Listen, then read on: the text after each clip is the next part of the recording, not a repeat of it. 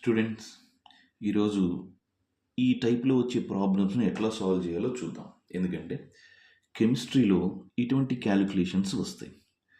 So వీటిని ఎట్లా simplify చేయాలి. సో వీటిని సింప్లిఫై చేసేటప్పుడు ఎప్పుడైనా సరే 10 పవర్స్ ఈక్వల్ అయ్యేటట్టు చూసుకోండి. ఎప్పుడు 10 పవర్స్ ఈక్వల్ అవ్వాలి. సో 10 పవర్స్ ఈక్వల్ అవ్వాలంటే ముందు మనం ఎలా చేల్చుతాం. 1/26 అంటే ఎలా రాయాలి మనం?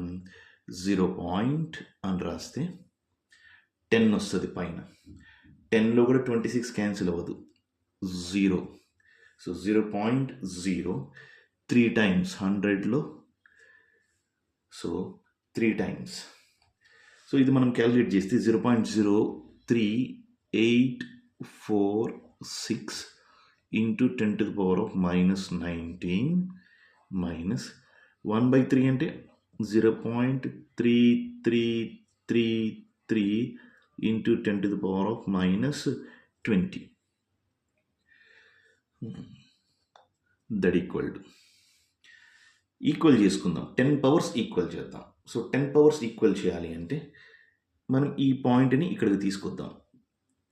2 ప్లేసెస్ చేంజ్ చేస్తున్నాం. 2 ప్లేసెస్ చేంజ్ చేయాలంటే 100తో మల్టిప్లై చేయాలి. సో 100తో మల్టిప్లై చేస్తే ఎంత అవుతుంది?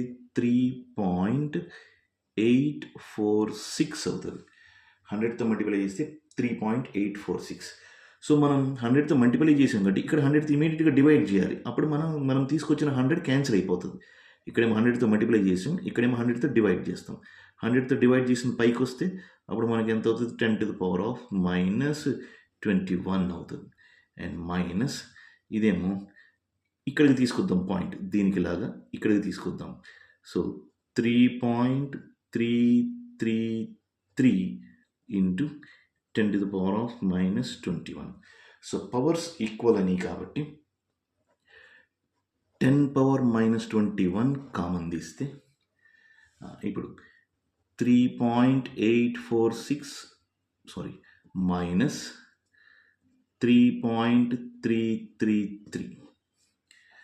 సో దట్ ఈక్వల్ టు 3.846లో నుంచి 3.333 తీసేద్దాం.